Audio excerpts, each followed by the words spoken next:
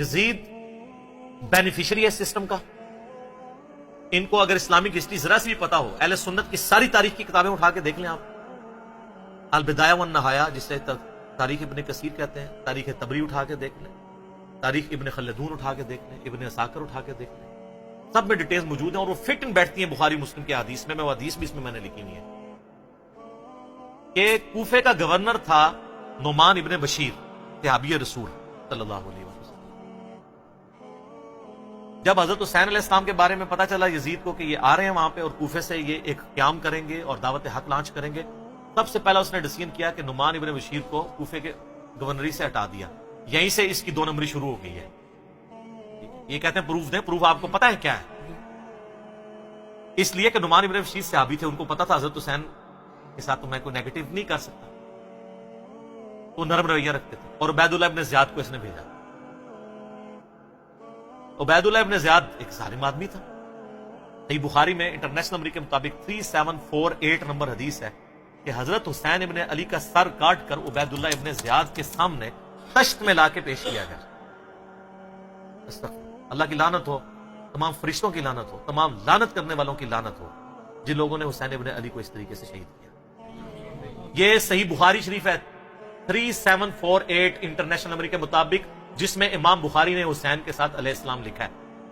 اور آپ لوگوں کے پیٹ میں آج تک درد ہو رہی ہے. دارالاسلام والوں نے تحریف کر کے علیہ السلام کاٹ دیا اس میں سے، لیکن سعودیہ کا جو مکتبۃ شاملہ ہے اس میں موجود ہے، دارالکتب العلمیہ کا جو بیروت کا چھپا ہوا ہے اس میں موجود ہے، اور اہل حدیث کی جو سب سے بڑی سائٹ ہے حدیث کی کتابوں کی sunna.com اس میں موجود ہے، اسلام 360 میں موجود ہے، اور اس میں بھی عربی میں علیہ السلام ہے، اردو میں مولوی نے رضی اللہ تعالیٰ عنہ کیا ہوا ہے. تحریف، یہ ہے تحریف.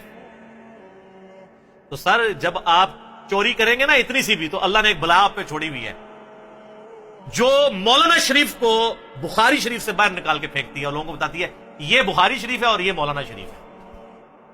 حسین ابن علی کا سر کاٹ کے سامنے رکھا گیا، اس نے کچھ کلام کیا تو حضرت انس ابن مالک پاس کھڑے تھے، تڑپ اٹھے. انہوں نے کہا سب سے زیادہ رسول اللہ کے ہم شکل حسین ابن علی تھے.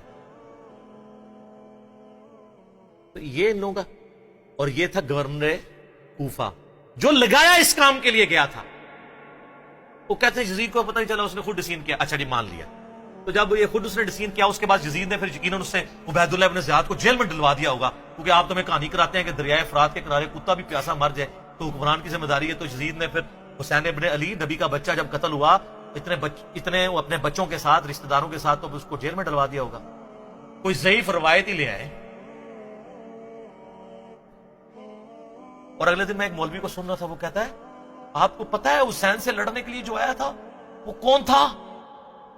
عمر ابن سعد ابن ابی وقاص. یہ اسی طریقے سے میں کہوں کہ وہ طوفان نوح کے اندر جو غرق ہو گیا، آپ کو پتا ہے کون تھا؟ وہ حضرت نوح کا بیٹا تھا. تو انو میں ہی چپیڑ مار سکنا. سعد ابن ابی وقاص کا مرتبہ زیادہ ہے یا حضرت نوح کا؟ تو آپ دھونس لگا رہے سعد ابن ابی وقاص کی ہمیں رضی اللہ تعالیٰ عنہ. وہ تو اشرم و اشرم میں سے. نوح کا بچہ اگر کافر نکلا ہے تو سعد کا بچہ اگر غلط نکلا ہے، پھر کہتے ہیں وہ نبی کے ماموں تھے. او یار کہانیاں کرانی بند کرو. یہ اسی طریقے سے کہ وہ ترک رفع دہن پہ کہتے ہیں ابن مسعود کا مرتبہ آپ کو پتا ہے؟ او ابن مسعود کا مرتبہ پتا ہے؟ ابن مسعود سے پہلے وہ ثابت بھی ہو، پھر اگلی بات مرتبے ہوں گے. ناموں کا روب. سعد ابن ابی وقاص تو سر آپ کو، ہمارے تو وہ لیڈر ہیں، میں نے کتنی حدیثیں پیش کی ہیں. صحیح مسلم میں حدیث ہے 6220. انہوں نے تو حضرت معاویہ کے ساتھ پھڈا لے لیا تھا جب حضرت علی پہ سب و شتم کروانے لگے تھے. سعد ابن ابی وقاص جیسا تو شیان علی کوئی نہیں تھا. آپ ہمیں بتا رہے ہیں اس کا بیٹا تھا. اس کے بیٹے کے کرتوت بھی صحیح مسلم میں موجود ہیں. وہ ابے کو سب سے زیادہ پتا ہوتا ہے نا میرا بچہ کیا ہے. ابھی تو کربلا ہوا نہیں ہوا تھا. صحیح مسلم اٹھا کے آپ جا کے نا عمر ابن سعد لکھیں اور صحیح مسلم کو سلیکٹ کریں تو حدیث آئے گی کہ حضرت سعد ابن ابی وقاص بیٹھے ہوئے تھے، ان کے سامنے ایک اونٹ سوار آیا. تو ساتھی کہتے ہیں کہ حضرت سعد ابن وقاص نے کہا اے اللہ اس اونٹ سوار کے شر سے میں تیری پناہ میں آتا ہوں. اور جب وہ اترا تو ان کا بیٹا تھا عمر ابن سعد. سعد ابن وقاص تو اپنی زندگی میں اپنے بیٹے کو شیطان کی طرح سمجھتے ہوئے وہ اللہ کے حضور جو ہے وہ پناہ مانگا کرتے تھے. اور دیکھ لیں سعد کی پھر کرامت ویژن دیکھ لیں. اور وہ آگے کہتے ہیں ابا جی سارے لوگ خلافت میں آپ بھی کوئی حصہ لے لیں، کوئی گورنر شورنر بن جائے. شروع تو ہی لالچی سی اور اسی کو رہ کی لالچ دی تھی. میں بتا رہا ہوں تاریخ اسلام میں جو جو باتیں ہیں نا آل امیہ کی بدماشیوں کو ہائی لائٹ کرتی ہیں، فٹ ان بیٹھتی ہیں بخاری مسلم. یہ لشکر لے کے آیا تھا حضرت حسین ابن علی کے خلاف لالچ میں، اس کا اشر کیا ہوا بعد میں؟ تو یہ پورا پلان ہوا تھا، اور اگر کہتے ہیں نہیں یہ حادثاتی طور پہ ہو گیا تو بعد میں پھر سزا دینی چاہیے تھی، کوئی سزا نہیں دی ہے۔ الٹا اس کے اوپر آپ کو پتا ہے مدینے والوں نے بیعت توڑ دی تھی یزید کی، حالانکہ وہ پہلے بھی تلوار کے زور پہ لی تھی حضرت معاویہ نے رضی اللہ تعالیٰ عنہ، ہم تو رضی اللہ عنہ ہی کہیں گے، ہماری مجبوری ہے، قانون نبی دا منہ ماردا ہے، قانون نبی دا منہ نہیں ماردا، تو آج تک یزید کی وکالت کر رہے ہو، لیکن ہم صرف نبی علیہ السلام کو دیکھنے کی وجہ سے احترام کرتے ہوئے رضی اللہ عنہ کہہ دیتے ہیں۔ یہ فرق ہے علی کے شیعہ میں اور معاویہ کے شیعہ میں۔ علی کے شیعہ پھر ایسے ہوتے ہیں، شیعہ پولیٹیکل ٹرم، تو اہل مدینہ نے بیعت توڑ دی، جو یہ پیش کرتے ہیں بخاری مسلم سے کہ عبداللہ بن عمر لوگوں کو سمجھاتے تھے یزید کی بیعت نہ توڑو، تو وہ جو جن لوگوں کو سمجھا رہے تھے انہوں نے انجینئر صاحب کی ویڈیوز دیکھ کے بیعت توڑی تھی۔ وہ کون تھے؟ وہ بریلوی تھے، جو بندی تھے، اہل حدیث تھے، شیعہ تھے، کون تھے؟ صحابہ اور تابعین تھے جو بیعت توڑ رہے تھے۔ تو اس سے یہ بھی تو ثابت ہوتا ہے، جس طرح آپ کہتے ہیں جی وہ پگڑی پہ مسا ہو جاتا ہے تو پھر جرابوں پہ بھی ہو جائے گا، کیونکہ پگڑی بھی کپڑے کی ہوتی ہے، جرابیں بھی کپڑے کی، تو اس سے پگڑی بھی تو ثابت ہوتی ہے۔ آپ تو ننگے سے نماز پڑھتے ہیں، آپ تو لال رومال رکھتے ہیں، تو پگڑی بھی تو ثابت ہوتی ہے۔ تو جو بیعت توڑ رہے تھے وہ کون تھے؟ صحابہ اور تابعین تھے۔ حضرت نے ان کو روکتے تھے، اس لیے روکتے تھے کہ ان کو پتا تھا کہ جب یہ بیعت توڑیں گے تو ان کے ساتھ وہی کچھ ہوگا، اور اسی وجہ سے حضرت حسین کو بھی ابن عمر سمجھایا کرتے تھے۔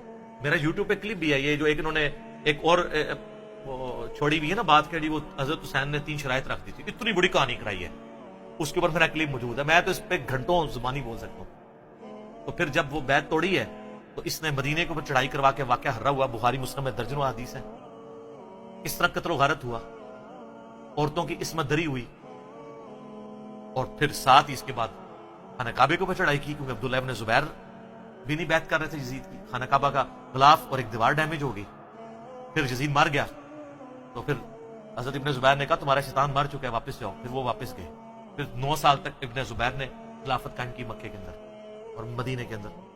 حضرت حسین ابن علی کے بعد ان کو خلافت کا ایک موقع ملا۔ تو اس طریقے سے یہ چیزیں بالکل کلیئر ہیں، لیکن وہ بات میں مولانا اسحاق صاحب والی کروں گا کہ بات اس لیے سمجھ نہیں آتی کہ آپ یزید سے شروع کرتے ہیں۔ جب تک آپ بات پیچھے سے شروع نہیں کریں گے آپ کو بات سمجھ نہیں آئے گی۔ اگر آپ 1857 کی جنگ آزادی کو نہیں سمجھیں گے آپ کو 1947 میں 2 قومی نظریہ سمجھ میں نہیں آئے گا، اور جب تک 1947 میں مسلمانوں کی قربانیوں سے جو ملک بنا ہے وہ آپ نہیں سمجھیں گے تو آج آپ کو نہیں سمجھ آئے گی کہ پاکستانی عوام کیوں اسلامی نظام یہاں پہ چاہ رہے ہیں۔ اس لیے کہ وہ کہتے ہیں ہمارے بزرگوں نے پاکستان بنایا اس لیے تھا کہ پاکستان کا مطلب کیا، لا الہ الا اللہ۔ یہ سیکولر اینکر بیٹھ کے جو باتیں کر رہے ہیں ان کو یہ کیسے سمجھ آئے؟ جب تک آپ پیچھے نہیں چلیں گے۔ اگر آپ مشرف کے دور سے شروع کریں گے تو آپ کو نہیں سمجھ آئے گا کہ ملک سیکولر ہے یا اسلامی ہونا چاہیے، پیچھے چلنا پڑے گا۔ یزید کے دور سے آپ کو یہ کہانی سمجھ نہیں آئے گی جب تک آپ پیچھے نہیں چلیں گے، اور پیچھے جانے کے لیے آپ کو یہ پڑھنا پڑے گا۔